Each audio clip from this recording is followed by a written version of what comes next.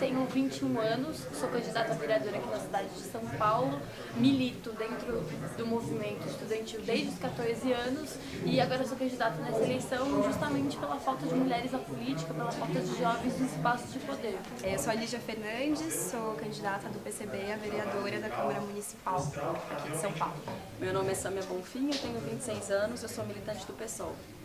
Eu acho que as ruas, elas mostram muito do que precisa ser, né? A gente viu agora, não só na primavera feminista, mas na primavera secundarista também, uma grande participação das mulheres, e é isso que precisa também se refletir dentro da Câmara Municipal em todos os espaços. Como você disse, a gente vem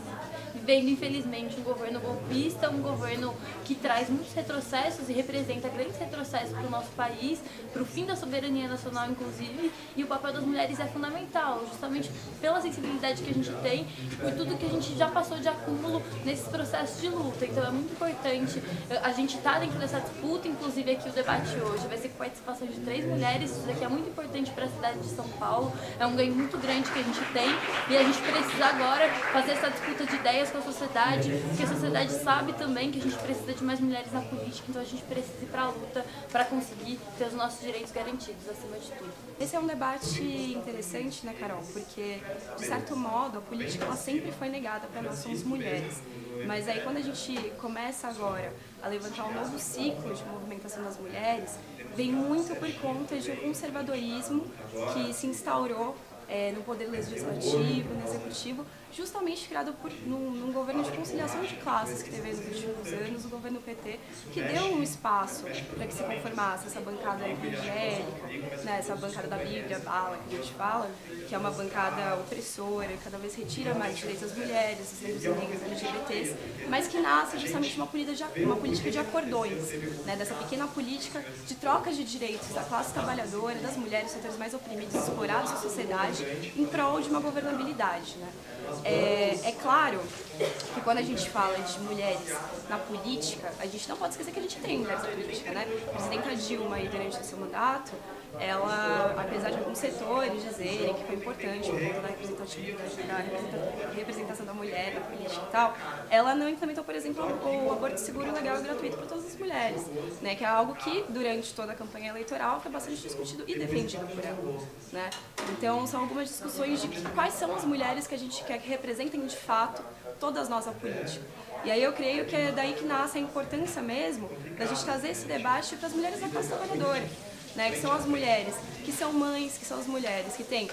o direito à maternidade garantido com creches,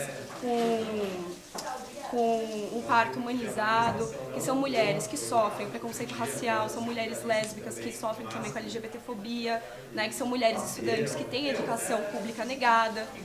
que são mulheres que têm que lidar não só com o trabalho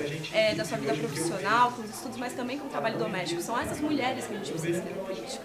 Eu acho que no último período teve um grande ascenso do avanço de consciência das mulheres em todo o Brasil. Mas eu acho, na verdade, que isso é parte também de uma mobilização mundial, que tem vários processos de resposta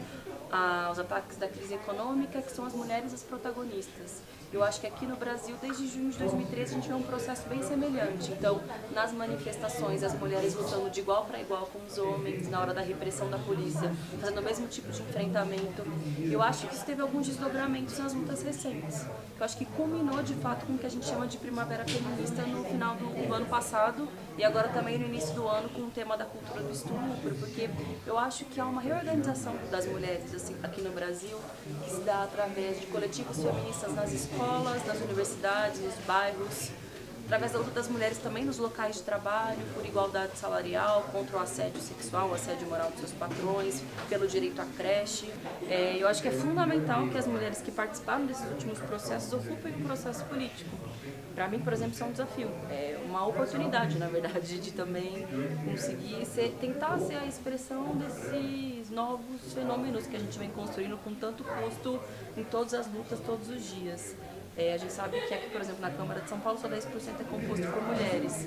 Eu acho que não só do ponto de vista da representatividade, de ver poucas pessoas lá como agentes, isso é ruim, mas principalmente do ponto de vista da política, das políticas públicas que são aplicadas. que São Paulo é uma cidade muito injusta e muito desigual. E eu acho que uma cidade dura, como é São Paulo, é mais fácil de ser dura para as mulheres, especialmente as mulheres pobres e periféricas, que não têm direito à creche garantido, que ganham menos do que os homens, que têm que enfrentar um transporte público bizarro, ainda sofrer assédio no transporte público, que não tem nem iluminação nas ruas para você se sentir minimamente mais segura, num lugar que é absolutamente violento. Então, eu acho que tem uma combinação de fatores que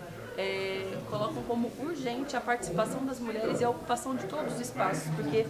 as eleições não são o nosso terreno, a gente faz mobilização social, faz luta, enfrentamento, enfrenta a polícia, a gente faz essas coisas, mas eu acho que não existe vácuo na política, então se a gente não colocar a nossa expressão nesse período eleitoral, outras pessoas vão ocupar pela gente. E eu espero que a gente consiga dar uma resposta, eleger mais mulheres feministas nas câmaras do Brasil, nas prefeituras, quando for possível. Aqui em São Paulo, por exemplo, eu estou fazendo a campanha também da Luísa Erundina, que para mim também é uma expressão de mulher na política, por ser feminista, mas também por defender os direitos do povo, por estar do lado certo, por ter uma história de luta, de construção em defesa dos direitos sociais. Eu acho que, pensando que também a gente está num momento de crise econômica nacional com um governo ilegítimo, que é o governo Temer, que se mostra machista porque não bota nenhuma mulher em nenhum dos seus ministérios, mas porque fecha, por exemplo, o Ministério de Mulheres, e que se mostra voltado para os interesses da burguesia, de maneira geral para os interesses do povo. É fundamental que nas cidades a gente tenha essas respostas para conseguir construir, enfim, um novo futuro mesmo para todos e todas.